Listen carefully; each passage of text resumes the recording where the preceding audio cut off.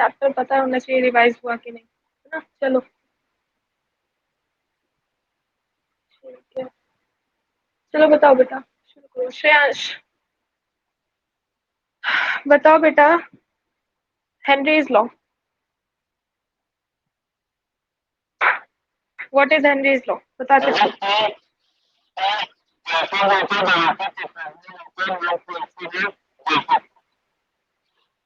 ठीक, ठीक है। काव्या, रॉल्स लॉ,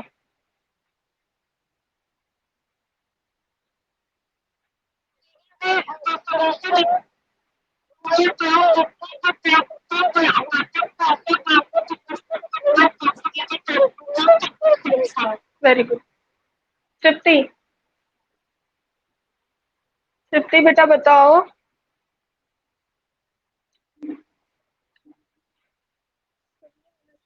बेटा आइडियल सोल्यूशन बता दो तृप्ति।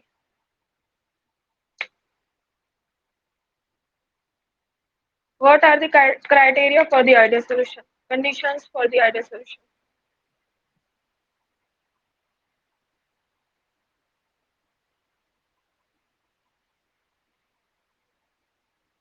बताओ भाई।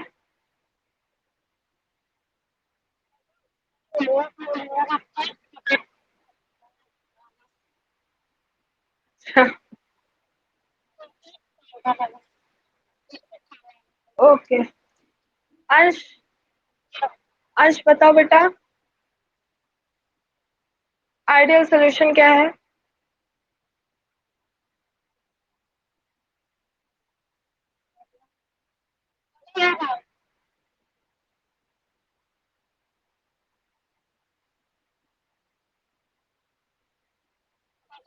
हाँ बेटा बोलो।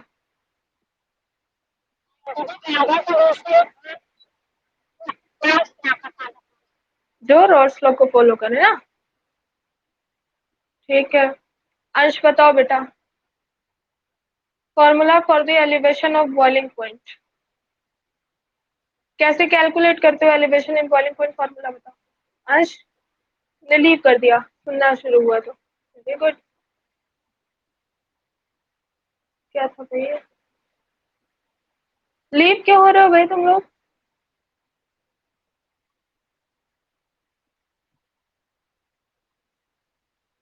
नहीं पढ़ा है क्या? खुशबू बताओ बेटा, एलिवेशन इन बॉइलिंग पॉइंट का फॉर्मूला।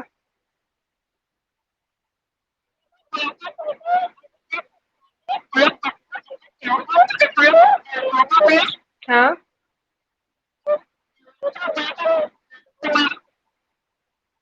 इंटू, हाँ, और नीचे जो वेट रहता है वो किसका रहता है, सॉल्यूट का या फिर सॉल्वेंट का?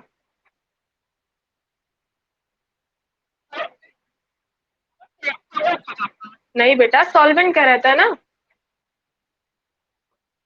फॉर्मूला पढ़ा है ना, डेल्टा, हाँ, delta T B equal to K B into W B upon M B into W A, और ऊपर 1000 से मल्टीप्लाई कर देते हैं अगर ये डब्ल्यू ए हमारा ग्राम में गिवन है ना। चीजें याद रखो, डेल्टा टीवी की बात करो चाहे डेल्टा टीएफ की बात करो तो वहाँ के बी की जगह के एफ आ जाएगा, पूरा फॉर्मूला सेम रहेगा, है ना।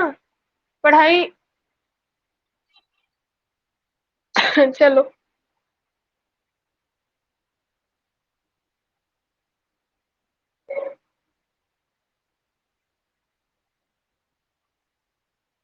माइक नहीं ऑन हो रहा है, चलो कोई बात नहीं, अंश पढ़ा है ना।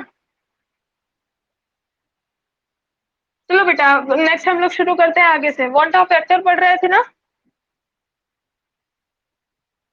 अच्छा, चलो देखो भाई, वांट ऑफ फैक्टर हम लोग पढ़ रहे थे बेटा, लास्ट टॉपिक चैप्टर का बचा है, आज ये चैप्टर खत्म हो जाएगा। ठीक है, आज ये चैप्टर का लास्ट डे है, अच्छे से पढ़ लो ये चैप्टर, ये टॉपिक मोस्ट इंपॉर्टेंट है। ठीक है, चलो देखो, वांट ऑफ फैक्टर बेटा हम मुझे क्या बताता है, ध्यान दो, उस दिन हम लोगों ने पढ़ा था want of factor for association, है ना, एंड फॉर डिसोसिएशन। दो चीजें पढ़ी थी कि ऐसे इलेक्ट्रोलाइट जो पानी में जाकर के एसोसिएट हो रहे हैं, और कुछ ऐसे इलेक्ट्रोलाइट थे जो पानी में जाकर के बेटा डिसोसिएट हो रहे हैं, टूट रहे हैं और नंबर में बढ़ रहे हैं। इसका एग्जाम्पल था इसका एग्जाम्पल था बेटा एसिटिक एसिड, हम लोगों ने देखा था ना, CH3COOH। कोई भी एसिड का मॉलिक्यूल लेंगे तो हाइड्रोजन बॉन्डिंग वहां बहुत स्ट्रॉन्ग होती है, जिसकी वजह से एसिड का मॉलिक्यूल डाइमर फॉर्म में एग्जिस्ट करता है। मतलब अगर हम इसका 2 मॉलिक्यूल डालेंगे तो पानी में जाकर के एक मॉलिक्यूल बन जाएगा 2 हाइड्रोजन बॉन्ड का फॉर्मेशन करके, ठीक है। और डिसोसिएशन में हम इलेक्ट्रोलाइट बेटा पढ़ते हैं, जैसे NaCl हो गया, ठीक है, MgCl2 हो गया, ये सब पानी में जाकर के टूट जाते हैं। और अगर हमने डाला एक मॉलिक्यूल है तो डिसोसिएट होकर के 2 या 2 से ज्यादा मॉलिक्यूल कॉन्स्टिट्यूएंट आयंस में टूट जाते हैं, ठीक है। तो हमने देखा कि हम डाल किसी भी नंबर में एटम रहे, मान लो मैंने 10 मॉलिक्यूल्स ऑफ CH3COOH डाला, ठीक है, और मैंने डालने के हिसाब से फॉर्मूला लगा के वैल्यू कैलकुलेट कर ली, तो मुझे दो तरीके के वैल्यू मतलब मुझे 2 तरीके की कोलिगेटिव प्रॉपर्टीज की वैल्यू मिलती है। एक वैल्यू होती है बेटा calculated value, calculated value formula लगा के हम कैलकुलेट करते हैं, उसमें वो नंबर डालते हैं जिस नंबर में मैंने सोल्यूट को डाला है। मान लो मैंने 10 मोल्स डाले तो वहां पर नंबर ऑफ मोल्स की जगह 10 लेंगे, ठीक है। मुझे उससे नहीं मतलब कि वो 10 मोल जाकर पानी में कितने बने, ठीक है। तुमने जितने नंबर में मोल्स डाले उससे कैलकुलेट करते हैं तो मुझे कैलकुलेटेड वैल्यू मिलती है, ठीक है।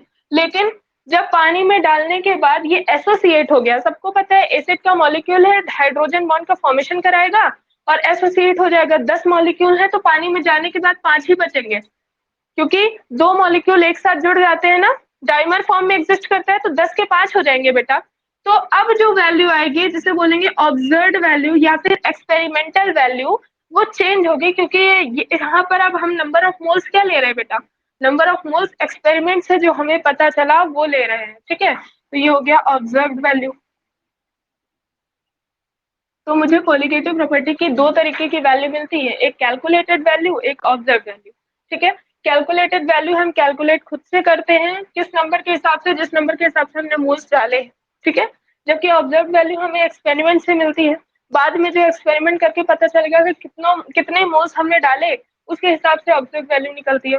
तो ज्यादा एक्यूरेट बताओ तुम लोगों में से कौन बता पाएगा बेटा कि ज्यादा एक्यूरेट वैल्यू कौन सी होगी, सही कौन सी होगी, बिल्कुल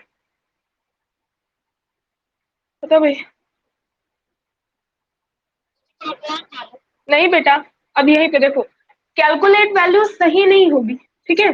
कैलकुलेट वैल्यू कैसे सही हो सकती है, जब हमने डाले CH3COOH के 10 मॉलिक्यूल और पानी में जाकर के वो 5 ही मॉलिक्यूल बन गई, क्योंकि 2 मॉलिक्यूल एक साथ जुड़ गए। तो हमें पता है कि colligative property varies with the number of moles, जैसे जैसे नंबर ऑफ मोल्स चेंज होंगे कोलिगेटिव प्रॉपर्टी चेंज होंगी। डाले तो हमने 10 थे, लेकिन अब हो गए कितने, 5, तो कोलिगेटिव प्रॉपर्टी चेंज हो जाएगी ना, ठीक है।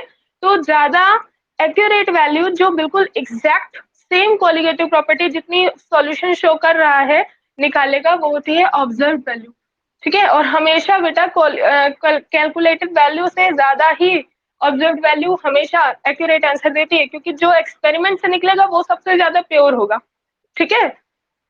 देखो ध्यान से, अब हमें एसोसिएटेड और डिसोसिएटेड मॉलिक्यूल के लिए फॉर्मूला भी तो चाहिए होगा कि कैसे हम ऑब्जर्व वैल्यू में, मतलब अब बार बार एक्सपेरिमेंट तो करेंगे नहीं, ठीक है, कि NaCl मॉलिक्यूल आया तो हम बार बार एक्सपेरिमेंट करने बैठे, ठीक है।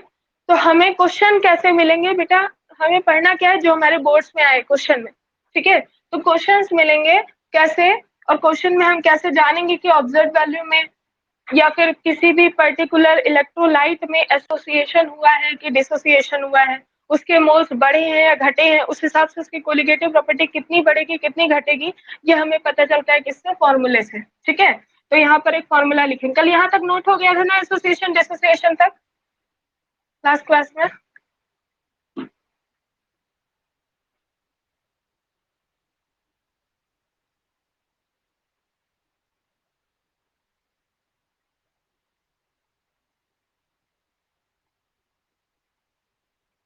ठीक है, अब यहाँ पर लिखेंगे वांट ऑफ फैक्टर को बेटा डिनोट करते हैं आई से, वांट ऑफ फैक्टर को हम किससे डिनोट करते हैं, आई से, ठीक है। आई इक्वल्स टू फॉर्मूला निकल के आता है बेटा, I equals to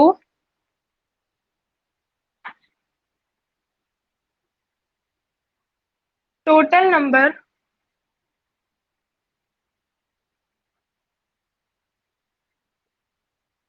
particle, total number of particle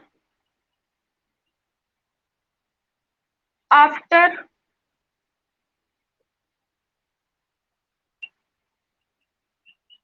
association, association भी हो सकता है और डिसोसिएशन भी हो सकता है।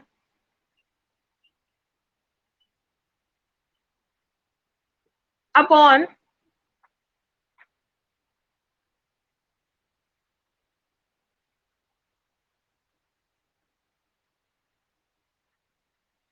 अपॉन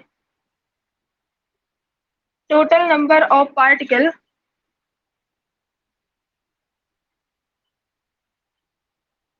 बिफोर एसोसिएशन और डिसोसिएशन। ठीक है, नोट कर लो बेटा, एक बार और फिर से बता देते हैं। ठीक है, कल जहां तक लिखा था उसके नीचे ये फॉर्मूला लिखो, I equals to total number of particle after association and dissociation upon total number of particle before dissociation and association। मतलब पानी में मिलाने के बाद कितने पार्टिकल हो गए सॉल्वेंट में मिलाने के बाद, और उसमें मिलाने से पहले हमने कितने पार्टिकल डाले थे। ठीक है, जल्दी से नोट करो, इंपॉर्टेंट फॉर्मूला है।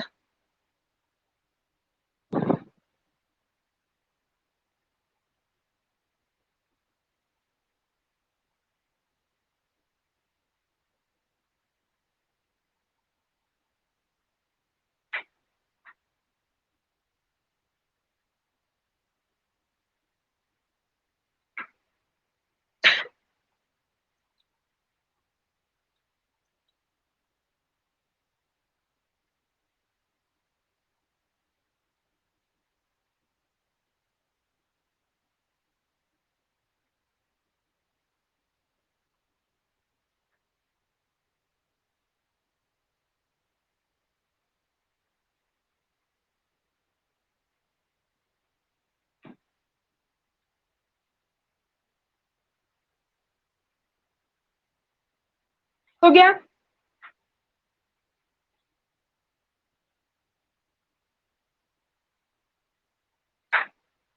चलो समझो।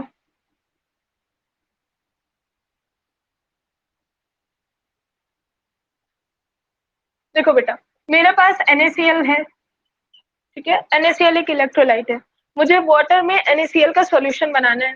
तो मैंने 1 लीटर वाटर लिया और उसमें मैंने 10 मोल्स ऑफ NaCl डाल दिए।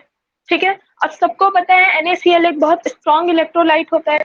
ये जैसे ही पानी में जाएगा अपने कॉन्स्टिट्यूएंट आयन में 100% डिसोसिएट हो जाएगा, क्योंकि बहुत स्ट्रॉन्ग इलेक्ट्रोलाइट है। ठीक है, तो इसका डिसोसिएशन जो होता है वो 100% होता है। ठीक है, तो ये 100% Na+ और Cl माइनस में डिसोसिएट हो जाएगा। अब मैंने 10 मोल्स ऑफ NaCl यानी 10 मॉलिक्यूल्स ऑफ NaCl डाले, तो Na+ के मुझे 10 मॉलिक्यूल मिलेंगे, Cl- के भी मुझे 10 मॉलिक्यूल मिलेंगे। ठीक है, मतलब शुरुआत में बिफोर डिसोसिएशन, यहाँ पर हो रहा है ना डिसोसिएशन, टूट रहा है, ये डिसोसिएट हो रहा है। ठीक है, तो बिफोर डिसोसिएशन मुझे कितने मॉलिक्यूल्स मिले बेटा? 10। मतलब अगर हम कैलकुलेट करना चाहे, मान लो मुझे ऑस्मोटिक प्रेशर कैलकुलेट करना है, पाई इक्वल्स टू MRT। ठीक है, एम यहाँ पर क्या है? मोलैरिटी। मोलैरिटी होता है बेटा number of moles upon volume of solution. Number of moles में क्या रखेंगे? जो मैंने डाला है 10 मॉलिक्यूल्स डाला है, नंबर ऑफ मोल्स में 10 मॉलिक्यूल रख देंगे और आंसर निकल आएगा। तो जो आंसर निकलेगा वो होगी मेरी कैलकुलेटेड वैल्यू, क्योंकि मैंने कैलकुलेट की है फॉर्मूले से। ठीक है, और वहां पर नंबर ऑफ मोल्स में वो रखा था बेटा जो बिफोर डिसोसिएशन मैंने मॉलिक्यूल्स डाले थे। ठीक है, अब देखो, जैसे ही तुमने पानी में डाला N10 NaCl, तो ये 10 Na+ और 10 Cl- में डिसोसिएट हो गया, आयंस में डिसोसिएट हो गया, पार्टिकल के नंबर सडनली बढ़ गए। 10 से कितने हो गए? 10 + 10 20 हो गए ना, 20। डिसोसिएशन के बाद नंबर ऑफ पार्टिकल कितने हो गए बेटा? 20। तो जब हम ऑब्जर्व करेंगे कि अरे मेरे सोल्यूशन में तो 20 मॉलिक्यूल्स हैं, और ऑब्जर्व करने के बाद जब ऑस्मोटिक प्रेशर निकालेंगे बेटा, तो वहां MRT में नंबर ऑफ मोल्स की जगह 10 थोड़ा ना रखेंगे, क्योंकि अब मैंने ऑब्जर्व कर लिया है कि मोल्स तो 20 हो गए, डाला भले ही 10 था, लेकिन ये मॉलिक्यूल जाकर के डिसोसिएट हो गया। एक मॉलिक्यूल 2 टुकड़ों में डिसोसिएट हुआ, 2 टुकड़ों में टूटा, तो 10 मॉलिक्यूल से मुझे 20 मॉलिक्यूल्स मिले, 20 आयंस मिले ना, 20 पार्टिकल्स मिले टोटल। ठीक है, तो यहाँ पर नंबर ऑफ मोल्स की जगह क्या रखेंगे? 20 रखेंगे। तो मेरी कौन सी वैल्यू आएगी? ऑब्जर्व वैल्यू आएगी। ठीक है, अब बहुत इंपॉर्टेंट बात है, ध्यान दो। जब मैंने कैलकुलेटेड वैल्यू निकाली तो वहां नंबर ऑफ मोल्स 10 रखे थे in the case of dissociation. ठीक है, in the case of dissociation, बेटा यहाँ पर डिसोसिएशन हो रहा है, ये ध्यान रखना। डिसोसिएशन में कैलकुलेटेड वैल्यू में मैंने वैल्यू रखी थी 10, ठीक है, लेकिन ऑब्जर्व वैल्यू में वो वैल्यू बढ़ गई, 20 हो गई। कौन सी वैल्यू बड़ी होगी, कैलकुलेटेड की ऑब्जर्व, कौन बताएगा? इन दोनों में बड़ी वैल्यू कौन सी होगी? ऑब्जर्व वाली ना बेटा, इसमें क्योंकि 20 रखा गया है number of moles, very good. Number of moles की जगह यहाँ 20 रखा गया है। एम की एम इक्वल्स टू बेटा फॉर्मूला होता है स्मॉल एन, यानी number of moles upon volume in litre, volume of solution in litre. तो यहाँ पर अगर एन की जगह 10 रखा जाएगा, सॉरी, और यहाँ 20 रखा जाएगा, तो जाहिर सी बात है ऑब्जर्व वैल्यू बड़ी होगी, ठीक है। इसलिए जहां पर फॉर्मूला लिखा है आई वाला, वहां लिखो फॉर डिसोसिएशन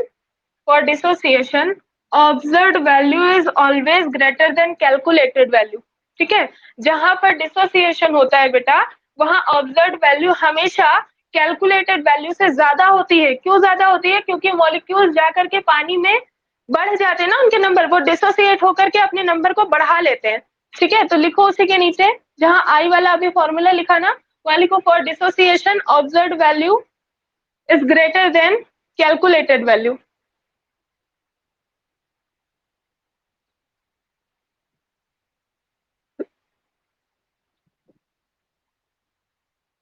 ठीक है, लेकिन ये बात किसके लिए है? डिसोसिएशन के लिए है, ठीक।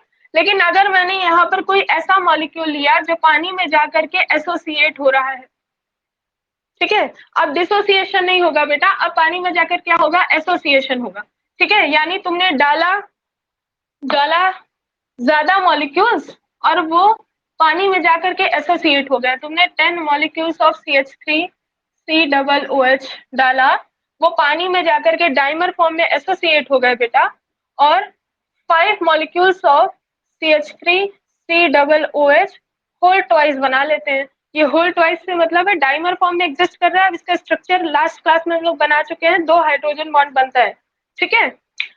10 डाला बेटा और एसोसिएट होकर के मॉलिक्यूल्स आफ्टर एसोसिएशन कितने हो गए? 5 हो गए। कैलकुलेटेड वैल्यू जब निकालेंगे तो वहां नंबर ऑफ मोल्स की जगह 10 लेंगे, क्योंकि मैंने डाले कितने मोल्स थे? 10 मोल्स।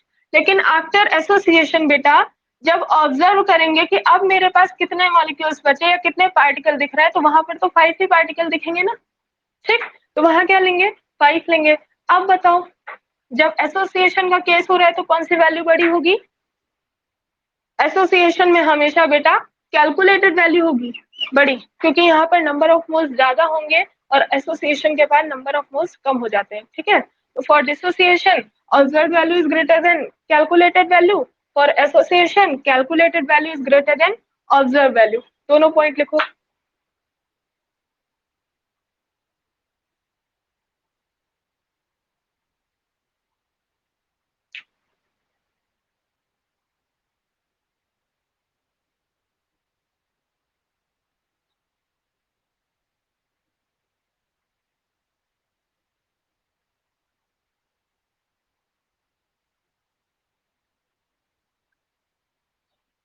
हो गया?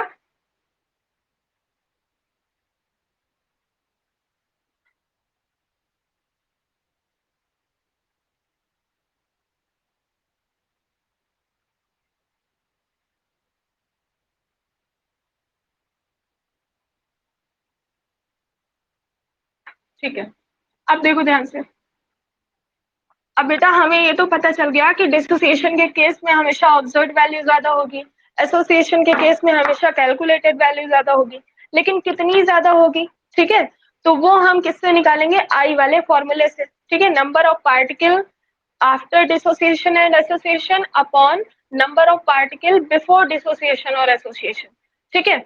अगर वो फॉर्मूला नहीं काम आ रहा है तो एक और आई का फॉर्मूला यहाँ से निकलता है ऑब्जर्व्ड और कैलकुलेटेड वैल्यू से, ठीक है। ध्यान से देखो, हमेशा देखो ध्यान। अभी मैंने बताया बेटा कि कैलकुलेटेड वैल्यू और ऑब्जर्व्ड वैल्यू में ज्यादा एक्यूरेट वैल्यू हम ऑब्जर्व्ड वैल्यू को मानते हैं, ठीक है। मतलब उसकी रिस्पेक्ट में हमें ये निकालना होता है कि आई की वैल्यू कितनी है, क्योंकि ज्यादा एक्यूरेट वैल्यू कौन सी मानते हैं? ऑब्जर्व्ड वैल्यू को, ठीक है। तो आई इक्वल टू एक फॉर्मूला निकलता है, ध्यान दो पहले, समझ लो पहले। Observed colligative property, observed colligative property upon calculated colligative property. ठीक है, देखो ध्यान से, मेरे पास 10 मॉलिक्यूल्स ऑफ NaCl है। ठीक है, मैंने उसको पानी में डाला तो ये कितने 10 ions of Na positive, 10 ions of Cl negative देगा। ठीक है, जब हम ऑब्जर्व कैलकुलेटेड वैल्यू निकालेंगे तो मान लो मैंने कैलकुलेटेड वैल्यू निकाली कितनी, पाई इक्वल्स टू MRT। ठीक है, यहाँ से m की वैल्यू होती है बेटा, m का फॉर्मूला होता है number of moles upon volume of solution. यहाँ n की वैल्यू कितनी रखेंगे, अगर ये कैलकुलेटेड वैल्यू निकालना है मतलब बिफोर डिसोसिएशन और एसोसिएशन, तो n की वैल्यू रखेंगे 10। ठीक है, तो कोलिगेटिव प्रॉपर्टी वैल्यू आ गई इतनी। ठीक, अब आ जाओ कैलकुलेशन, जब हमने ऑब्जर्व कर लिया कैलकुलेट वैल्यू तो ये निकल आई। अब हमने ऑब्जर्व कर लिया कि नहीं मेरे सोल्यूशन में तो 10 नहीं बेटा 20 पार्टिकल है, तो 20 पार्टिकल है तो यहाँ से कोलिगेटिव प्रॉपर्टी निकलेगा 20/V/RT।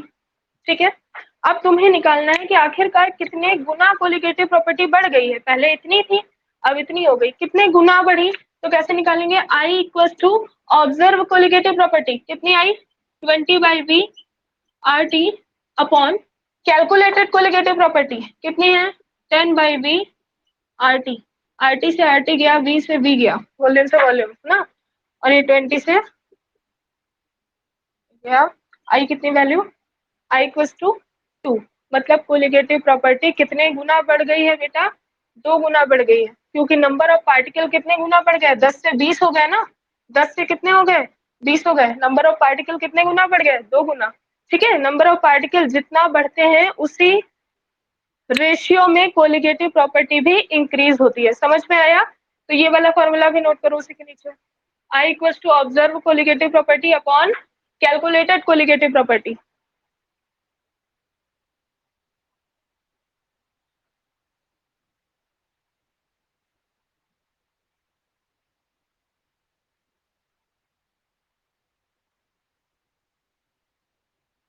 बस ये फॉर्मूला नोट करना है।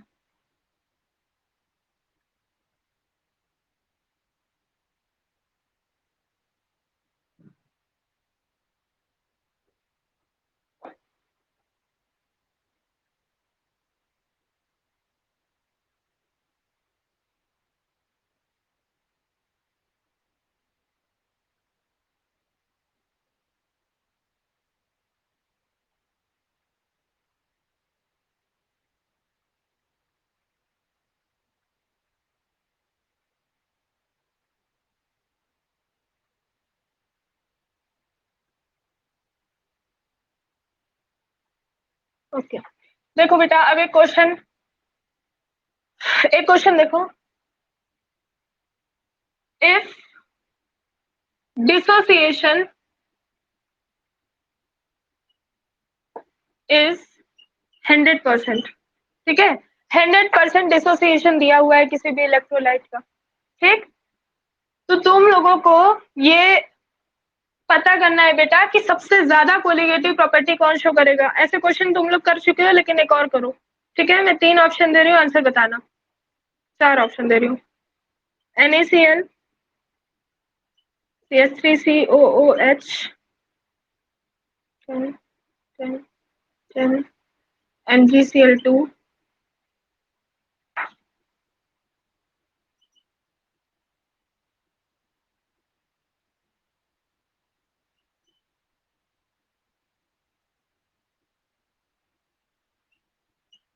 बताओ भाई जल्दी से। डिसोसिएशन ध्यान रखना 100% की है ना।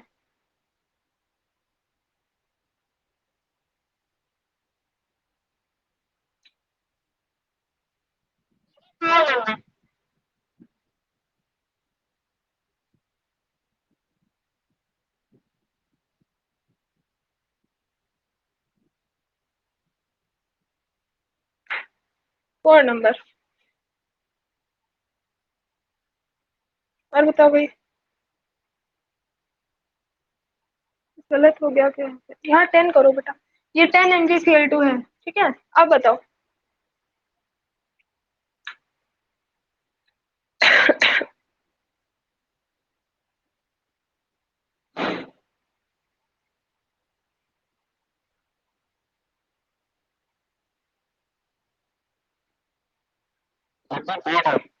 थर्ड वाला। ठीक, देखो बेटा, अगर हमने मान लिया कि डिसोसिएशन कितना हो रहा है, 100% डिसोसिएशन हो रहा है, ठीक है। अभी हम मान के चल रहे हैं कि हमारा डिसोसिएशन 100% है। अगर हम NaCl के 10 मॉलिक्यूल ले रहे हैं तो वो पानी में जाकर के 20 बनेंगे, सबको पता है, ठीक।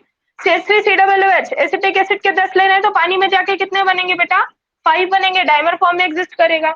MgCl2 के अगर 10 ले रहे हैं तो 1 से 3 पार्टिकल बनेंगे, 3 आयन में डिसोसिएट होगा ना, तो 10 से कितना बेटा, 30। और CuSO4 10 से 20 आयन बनेंगे, ठीक है। तो सबसे ज्यादा आयन कहाँ पर बन रहे हैं, सबसे ज्यादा आयन बन रहे हैं MgCl2 में, इस वजह से सबसे ज्यादा कोलिगेटिव प्रॉपर्टी MgCl2 इशू करेगा, ठीक है। अब यहाँ ध्यान दो कि यहाँ मैंने बोला था डिसोसिएशन कितना है, 100%, ठीक है। क्वेश्चन टफ कैसे किया जाएगा, ये तो केवल 1 मार्क का क्वेश्चन होगा, ऑब्जेक्टिव में ऐसे क्वेश्चन आते हैं, ठीक है। क्वेश्चन टफ कैसे किया जाएगा बेटा, जब यहाँ डिसोसिएशन 100% ना दे करके क्या कह दिया जाए, 60% डिसोसिएशन या 50% डिसोसिएशन, ठीक है। मतलब अब यहाँ बात कर दी गई किसकी, डिसोसिएशन की बेटा, ठीक है। देखो अब ध्यान से,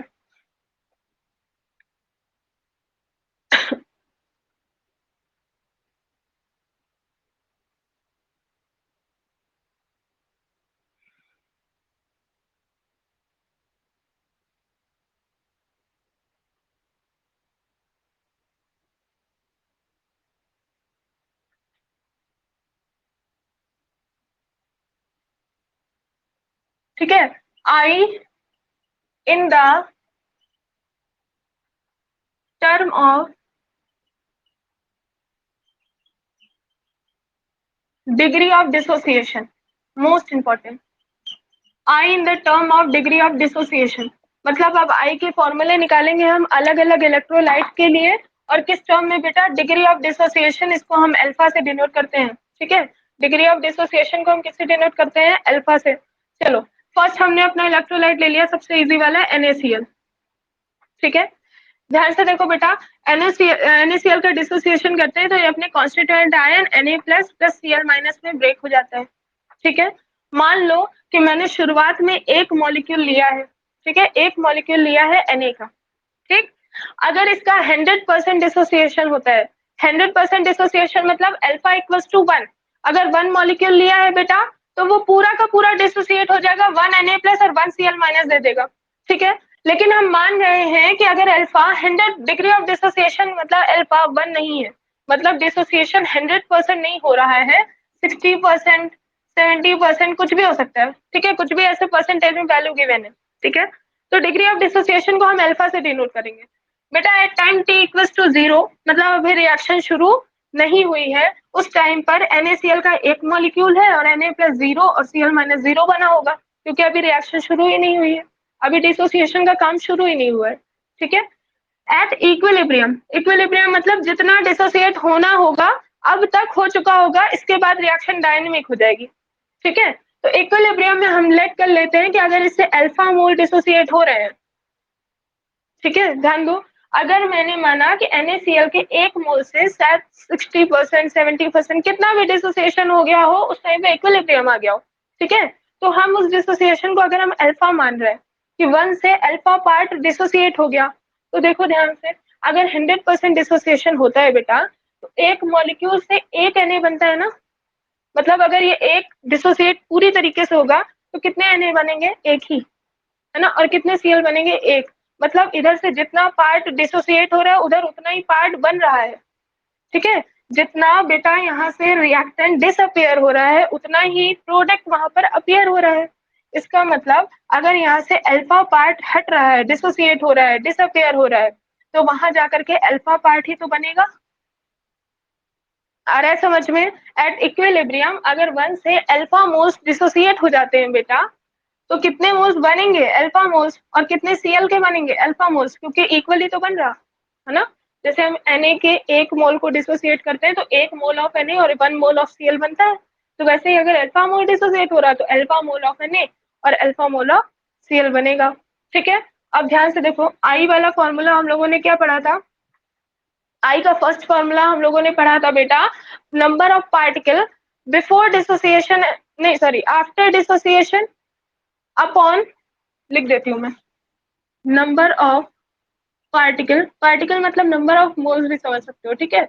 नंबर ऑफ पार्टिकल आफ्टर, क्योंकि ये केस किसका है, डिसोसिएशन का, इसलिए डिसोसिएशन ले रहे हैं, ठीक है। After dissociation upon, first formula ये हम लोगों ने पढ़ा था, नंबर ऑफ पार्टिकल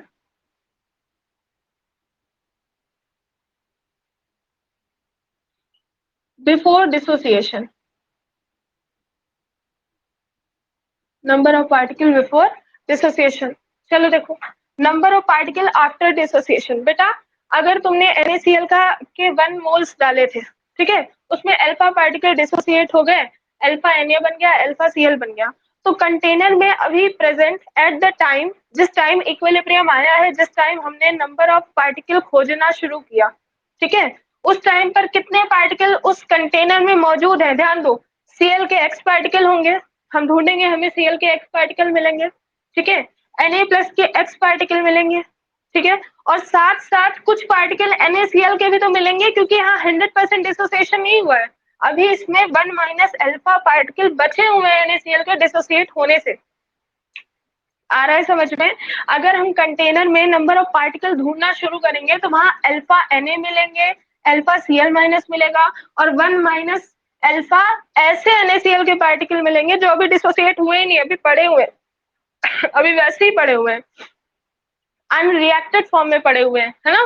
तो टोटल नंबर ऑफ मॉलिक्यूल्स या टोटल नंबर ऑफ पार्टिकल कौन कौन से होंगे बेटा, अल्फा Na प्लस, यानी अल्फा प्लस Cl माइनस के कितने, अल्फा प्लस कुछ अनरिएक्टेड फॉर्म में NaCl के पड़े, कितने पड़े, 1 माइनस अल्फा, तो प्लस 1 माइनस अल्फा, जितने पार्टिकल तुमने खोजा और तुम्हें पार्टिकल मिले, तुमने सबको ऐड कर दिया, ठीक है। डिसोसिएशन से पहले कितने पार्टिकल थे, देखो भाई, डिसोसिएशन से पहले बेटा 1 ही तो था, डिसोसिएशन से पहले मतलब रिएक्शन जब शुरू नहीं हुई थी, तब ये दोनों तो 0 बने हुए थे, ठीक है। टोटल नंबर ऑफ पार्टिकल यही थे NaCl वाले, और कितने हैं ये, 1, तो अपॉन में 1, बस इसी को सॉल्व कर लो, ये अल्फा प्लस माइनस माइनस, ठीक है, कितना आया भाई, अल्फा प्लस 1।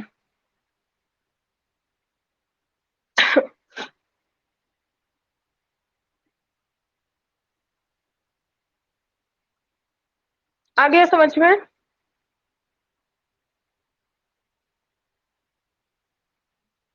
अल्फा प्लस 1 ये आ गया फॉर NaCl, अगर हम डिसोसिएशन की बात करें, ठीक है। तो यहाँ हेडिंग डालो बेटा, आई मतलब quant of factor in the term of dissociation, degree of dissociation, और ये नोट करना है, करो जल्दी से।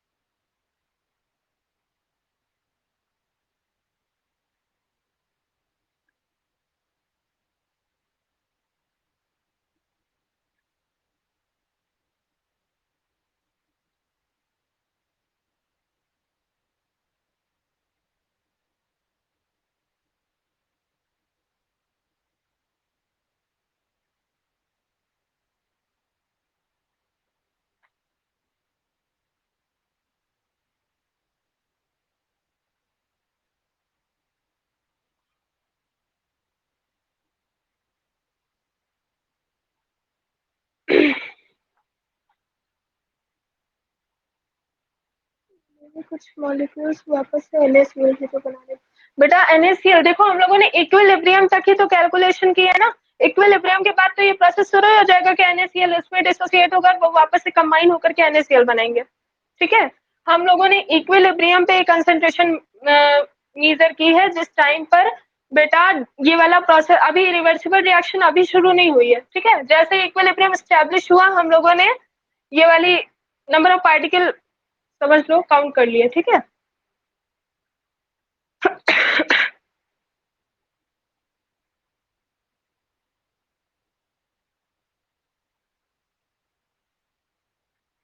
नोट हो जाए तो बताना, आंसर क्या आया तुम्हारा, अल्फा प्लस 1।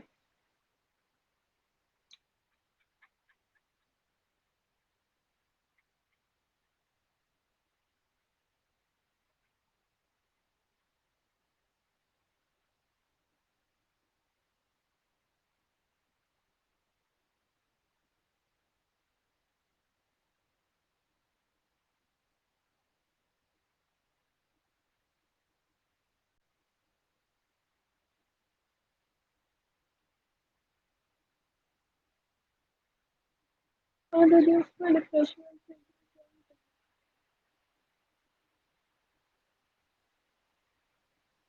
चीज बेटा बोल रहे हो किशन?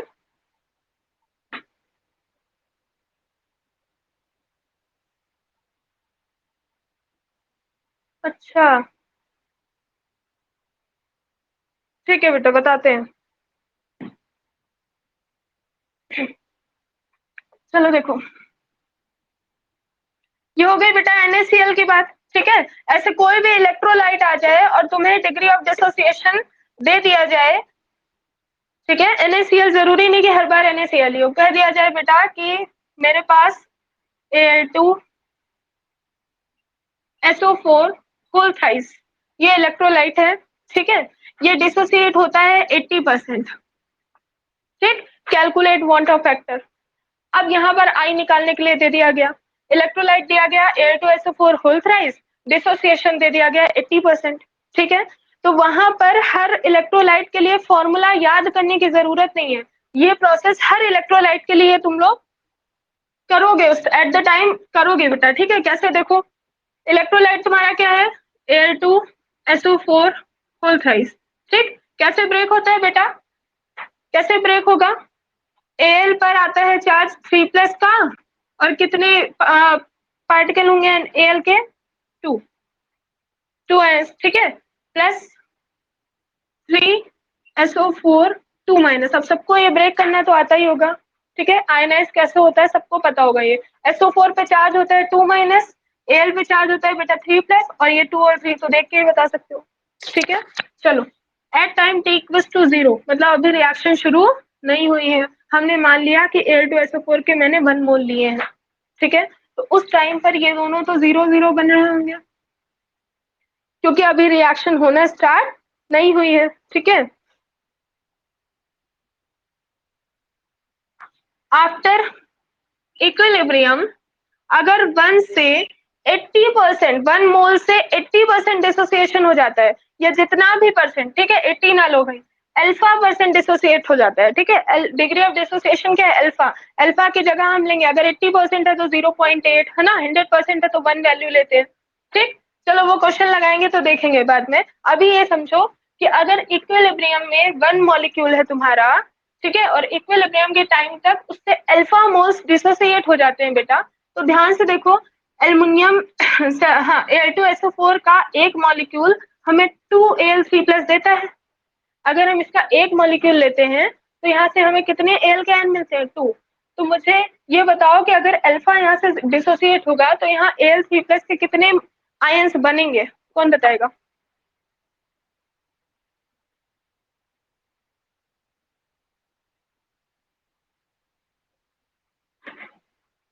बेटा 2 अल्फा, है ना, स्टोकियोमेट्री के हिसाब से। यहाँ स्टोकियोमेट्री है 1। ठीक है, स्टोकियोमेट्री मतलब होता है बैलेंस केमिकल इक्वेशन में जो कंपाउंड के आगे नंबर्स लिखे होते हैं। ठीक है, यहाँ मतलब 1 मोल है, 1 मोल डिसोसिएट होकर के 2Al3+ देता है, और 3SO4 देता है। तो वैसे ही अगर अल्फा यहाँ से डिसोसिएट होगा तो कितने अल्फा मिलेंगे एल के, 2 अल्फा, और कितने SO4 के मिलेंगे बेटा, 3 अल्फा। आया समझ में इतना? ठीक, अब फिर से फॉर्मूला लगाएंगे, I equals to number of particle after dissociation upon number of particle before dissociation.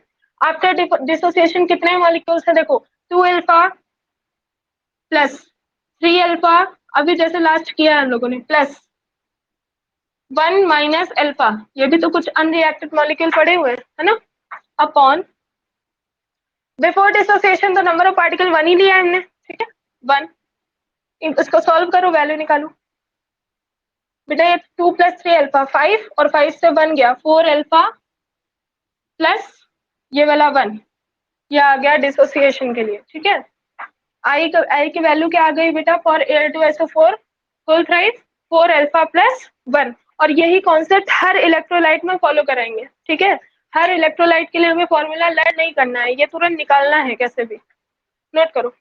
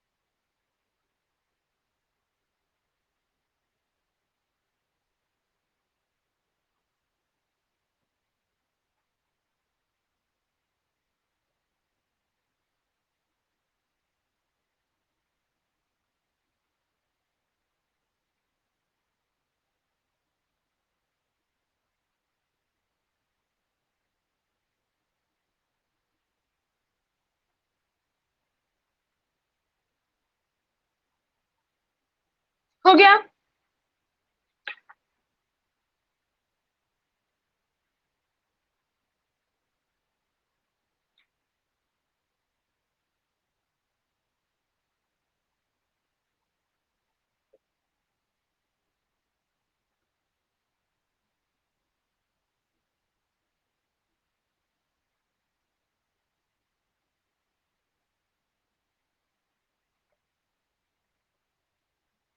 ठीक है, देखो बेटा ये बात हो गई किसकी, ये बात हो गई डिसोसिएशन की। एक एग्जाम्पल हम लोग एसोसिएशन का भी ले लेते हैं, ठीक है। एसोसिएशन के लिए सेम एग्जाम्पल CH3COOH, ठीक है। और ये जा करके डाइमर बनाता है अपना, तो CH3COOH होल ट्वाइस, ये रिएक्शन हो गई, ठीक है। देखो at time t equals to 0, मतलब अभी हमने बस CH3COOH को वाटर में डाला है, डिसोसिएशन या एसोसिएशन अभी शुरू नहीं हुआ है, तो इसके मैंने लिए कितने मोल्स बेटा, 1 मोल, ठीक है।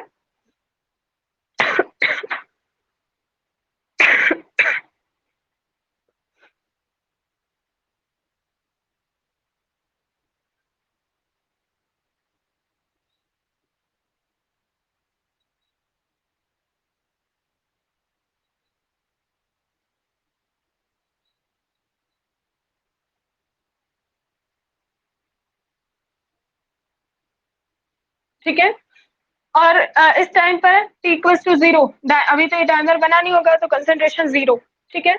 आफ्टर इक्विलिब्रियम बेटा मैंने लेट कर लिया कि 1 से अल्फा मोल डिसोसिएट हो गए, ठीक है। तो अब देखो ध्यान से, अगर इसके 10 मोल डाले जाते हैं तो वो पानी में जाकर के कितने हो जाएंगे, 5 हो जाएंगे, आधे हो जाएंगे ना।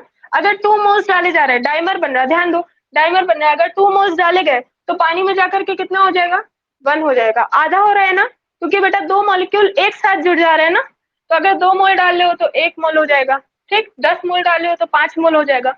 अल्फा मोल डाल रहे हो तो अल्फा बाई 2 हो जाएगा, आधा ही तो हो रहा है। देखो 10 मोल्स डाला तो 10/2 5, 2 मोल्स डाला तो 2/2 1, अल्फा मोल्स डिसोसिएट हुए तो अल्फा बाई 2 बनेंगे। आ रहा है समझ में? तो ध्यान दो, इक्विलिब्रियम पे अगर 1 माइनस अल्फा बचा और अल्फा मोल्स डिसोसिएट हो गए, अल्फा मोल्स किसी दूसरे रूप में चेंज हो गए, तो वो अल्फा मोल्स किस फॉर्म में बन गए बेटा, डाइमर फॉर्म में बन गए। और अब उनके कितने मॉलिक्यूल्स होंगे, अल्फा, अल्फा मॉलिक्यूल्स नहीं होंगे। अब कितने होंगे बेटा, अल्फा/2, क्योंकि एक मॉलिक्यूल बनने के लिए, ध्यान दो, एक मॉलिक्यूल CH3COO होल ट्वाइस का बनने के लिए इसके कितने मॉलिक्यूल चाहिए होते हैं, 2। वो 2 आपस में जुड़ते हैं तो ये एक बनता है। तो अगर इससे अल्फा डिसोसिएट हुए हैं तो ये कितने बने होंगे, अल्फा/2। आया समझ में? अब फिर से आई का फॉर्मूला लगाते हैं, I equals to number of particle after association, क्योंकि किसका केस है, एसोसिएशन का। तो 1 माइनस अल्फा प्लस अल्फा/2, हमने सारे मॉलिक्यूल्स को जोड़ लिया, ठीक है। अपॉन, पहले कितने मॉलिक्यूल लिए थे बेटा हमने, 1, मतलब बिफोर डिसोसिएशन या एसोसिएशन कितने मॉलिक्यूल है, 1। ऐड कर लो, आई इक्वल्स टू, एलसीएम लो यहाँ पर, 2 minus 2 alpha plus alpha upon 2, I equals to 2 minus alpha by 2, note कर लो, 2 minus I equals to 2 minus alpha by 2। और अब कोई भी इलेक्ट्रोलाइट हो तो उसके लिए खुद से डिसोसिएशन के फॉर्म में आई की वैल्यू निकालोगे तुम लोग।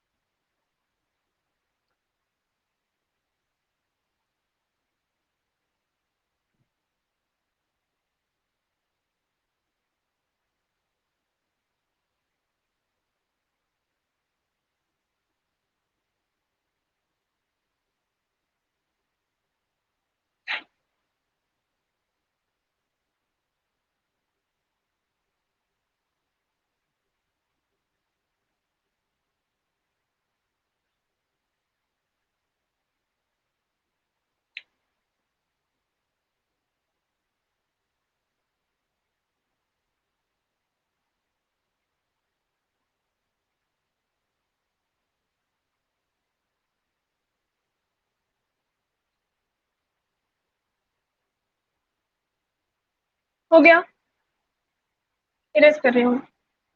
जल्दी से देखो बेटा, एक टॉपिक अभी आज बच ही गया। अब आई तो पता चल गया ना, आई कैसे सारी वैल्यूज को चेंज कर देगा, है ना, सारे कोलिगेटिव प्रॉपर्टीज की वैल्यू को आई चेंज कर सकता है। आई हमें बताता है बेटा, ध्यान दो, आई क्या है, I is the ratio between the observed colligative property to the calculated colligative property. ये चीज पता चल गया ना, I is the ratio between observed colligative property to the calculated colligative property. इन दोनों के बीच के रेशियो को तो आई बोलते हैं। ठीक है, मतलब आई हमें ये बताता है कि ऑब्जर्व्ड कोलिगेटिव प्रॉपर्टी कितने गुना ज्यादा या कितने गुना कम है कैलकुलेटेड कोलिगेटिव प्रॉपर्टी से। और हम तो, मेरे हाथ में क्या है, मेरे हाथ में एक्सपेरिमेंट करना नहीं है। ठीक है, मेरे हाथ में तो कैलकुलेट करना है बेटा। तुम्हें अगर क्वेश्चन दिया जाएगा तो तुम कैलकुलेट ही तो करोगे, ऑब्जर्व तो करोगे नहीं। ठीक है, तो ऑब्जर्व करके तुम्हें कोई देगा, क्वेश्चन में ऑब्जर्व करके आई की वैल्यू गिवन होगी कि आई इक्वल टू 2 है, 3 है, 4 है, या फिर इलेक्ट्रोलाइट और उसका डिसोसिएशन दिया होगा तो आई की वैल्यू से, अल्फा की वैल्यू से कैलकुलेट कर लेंगे। ठीक है, अब ध्यान दो, अभी तक तुम लोगों ने जितने भी फॉर्मूले पढ़े, 4 कोलिगेटिव प्रॉपर्टी पढ़ी थी तुम लोगों ने। ठीक है, फर्स्ट कोलिगेटिव प्रॉपर्टी थी बेटा relative lowering in vapour pressure, है ना। चलो बताओ question, relative lowering in vapour pressure का फॉर्मूला